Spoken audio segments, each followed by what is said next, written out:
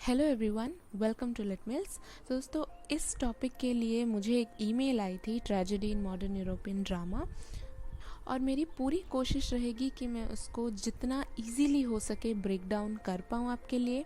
और वीडियो शुरू करने से पहले मैं आपको ये बोलना चाहती हूँ कि अगर आपकी कोई डाउट्स हैं आप कमेंट सेक्शन में लिख के मुझे बताइए, या तो मुझे ये जो दी गई ईमेल आईडी है इस पर मुझे पर्सनली ईमेल करके भी बताइए, और मैं जितना हो सके पॉसिबल उतना आपको जल्दी I will try to reply. और अगर आपके कोई वीडियो रिक्वेस्ट्स हैं आप उसको भी कमेंट सेक्शन या ईमेल करके मुझे बता सकते हैं। तो चलिए शुरू करते हैं मॉडर्न यूरोपियन ड्रामा में ट्रेजेडी। पहले आपको जाननी है नेचुरलिज्म के ऊपर। नेचुरलिज्म वही मूवमेंट है जो towards the end of 19th century it started gaining popularity. उस समय अराउंड ये बहुत बढ़ता गया। और ये क्या है नेचुरलिज्म मूवमेंट? आपने पहले रियलिज्म पढ़ा होगा, जिसमें सारे रियल इवेंट्स को पोर्ट्रे किया जाता है। ये नेचुरलिज्म एक एक्सट्रीम वर्जन है उस रियलिज्म का।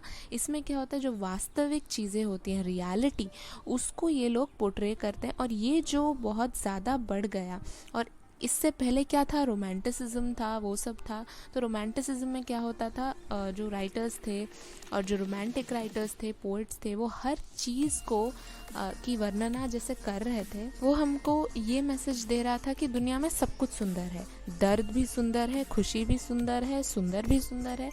सो which is actually not true, क्योंकि दुनिया में जो हार्श रियलिटीज़ हैं, जो हार्डशिप्स है, वो उसको हमेशा रोमांटिसाइज करना ठीक नहीं रहता है।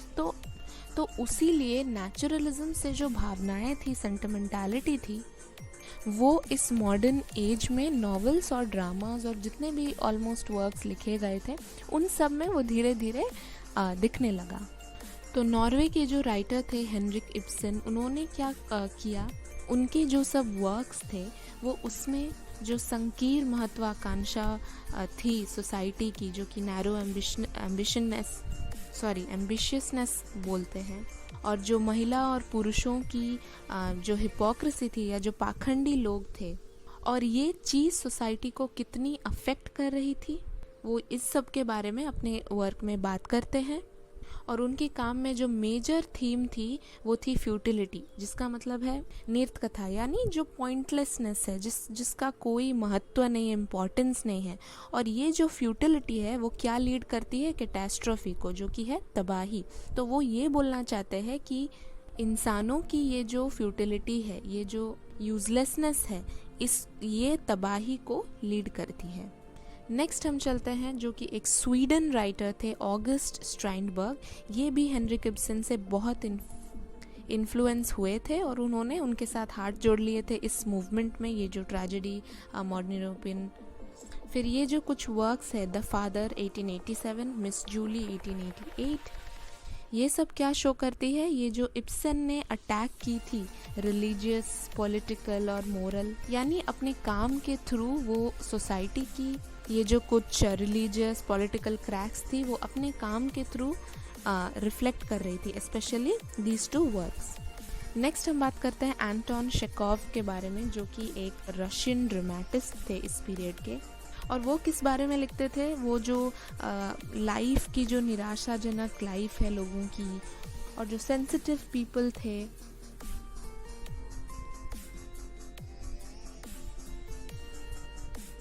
who obviously could not handle life and tragedy.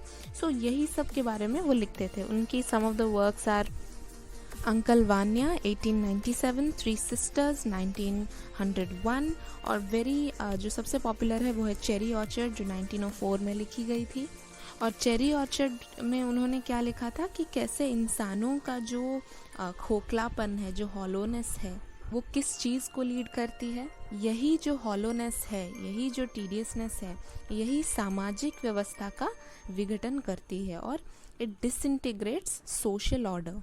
तो ये जो सब राइटर्स थे, इब्सन, स्ट्राइनबर्ग, चेखोव, ये सब मिलके इन्होंने ट्रेजेडी के डायमेंशंस को बहुत बढ़ा दिया ना। इस चीज़ को भी क्रिटिसिज्म मिली थी, बहुत क्रिटिक्स ने क्रिटिसाइज़ किया था इस चीज़ को कि ट्रेजेडी का टाइम जा चुका है, फिर से ट्रेजेडी को क्यों ला रहे हो, क्योंकि इंसानों में अभी बहुत दूसरे फैक्टर्स आ गए हैं ट्रेजेडी से डील करने के लिए। लेकिन इस चीज़ को भी विखंड किया किसने? यूजीन ओनील और उनका जो सक्सेसफुल कैरियर है। याद रखिए, यूजीन ओनील पहले अमेरिकन थे जिन्होंने सक्सीड किया ट्रेजेडी लिखने में थिएटर के लिए। उनका कहने का मतलब है कि ट्रेजेडी में ही लाइफ की मीनिंग छुपी हुई है। और उनकी कुछ राइटिंग्स थी, मॉर्निंग बिकम्स इलेक्ट्रा 1931, स्काइलसिस ओरेस्ट्री, फिर most popular desire under the AIIMS 1924। Desire under the AIIMS में क्या होता है? जो लालची साजिशें होती हैं जो न्यू इंग्लैंड फार्मर परिवार का, और कैसे वही चीज़ उनके फॉल में फिर कंट्रीब्यूट करती है, उन्होंने उसी के बारे में लिखा है। नेक्स्ट हम चलते हैं आर्थर मिलर का death of salesman, a view from a bridge, और इन सब में भी ट्रैजिक मटेरियल है। फिर ना ही सिर्फ लेट 19th सेंचुरी बल्कि 20th सेंचुरी ने भी बहुत ही एक्सेलेंट ड्रामा प्रोड्यूस किया था, जैसे कि जॉर्ज बर्नर्ड शॉ का ये ब्रिटिश थिएटर के बारे में मैं अभी बात कर रही हूँ। जॉर्ज बर्नर्ड शॉ का सेंट जोआन, टी.एस. एलियट का मर्डर इन द कैथेड्रल, और ये सब जो वर्क्स लिखी गई थी, इनमें जो ह्यूमन मोटिव्स थी, जो मानव का जो मकसद था, जिसमें शक, प्रतिज्ञा और ये जो अस्पष्ट मकसद, जो मोटिव्स थे, वो क्लियरली दिख रही थी इन सब वर्क्स में। उन्होंने बहुत अच्छी तरह से डिस्क्राइब किया था थ्रू दीज वर्क्स। और ये also possibility of fruitless suffering, यानी संभावहीन व्यर्थ दुख को भी डिस्क्राइब करता है। तो ऑल इन ऑल जो ह्यूमन कंडीशंस थी वो ट्रेजेडी रिफ्लेक्ट कर रही थी। और ये ट्रेजेडी पहले ज़माने की जो ट्रेजेडी थी उस तरह की नहीं थी, जिसमें कोई सपोज ले लेते हैं जो शेक्सपियर्स की ट्रेजेडी थी, जिसमें कोई राजा होता था, कुछ होता था, फिर वो किसी को मार देता था, फिर सब मर जाते थे। ये ट्रेजेडीज़ उन तरह की ट्रेजेडीज़ को बिलोंग नहीं करती। इनकी कैटेगरी एकदम डिफरेंट थी और इनका तरीका भी एकदम डिफरेंट था। लेकिन अंत में कुछ ऐसा भी है, जैसे कि हमेशा एक इरेशनल फैक्टर रहता है, जो कि है एक तर्कहीन कारक रहता है, जिसके साथ हम कोई रीजनिंग नहीं कर सकते।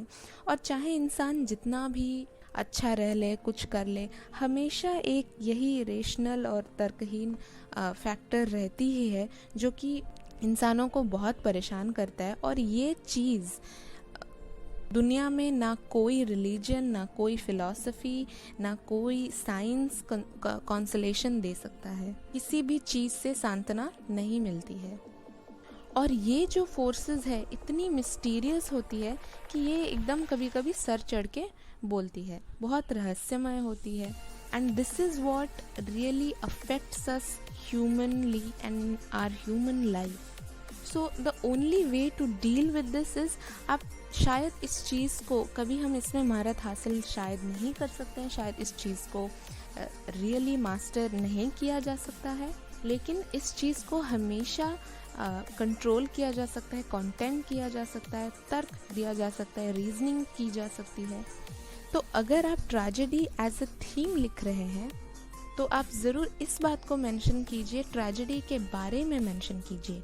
Tragedy all in all human life को कैसे अफेक्ट करती है, कितना उसका सिग्निफिकेंस रहा होगा, उसका इफ़ेक्ट रहा होगा, तभी तो राइटर्स, पोइट्स, उन्होंने सब लिखना शुरू किया इसके ऊपर। और कोई बड़ी इधर बात नहीं है, but normal day to day regular life realities, एकदम हार्श रियलिटीज़, वास्तविक कथाएं वो लिखने लगे। और कितना शॉकिंग है कि यही चीज़ ट्रेजेडी में पलट रही है। तो दोस्तों, इससे रिलेटेड भी कुछ आर्टिकल्स हैं जो मैं डिस्क्रिप्शन बॉक्स में लिंक कर दूंगी। अगर हो सके then please go and check those articles, क्योंकि उनमें बहुत अच्छी एक्सप्लेनेशन दी गई है। और अगर आपको कोई भी मटेरियल या कॉन्सेप्ट के बारे में कुछ भी जानना है तो आप मुझे पर्सनली ईमेल करके बताइए। और अगर ये वीडियो आपको हेल्पफुल आई हो, आपके काम में आए हो, देन प्लीज़ लाइक कर देना, सब्सक्राइब करना मत भूलना। And I will see you in my next video.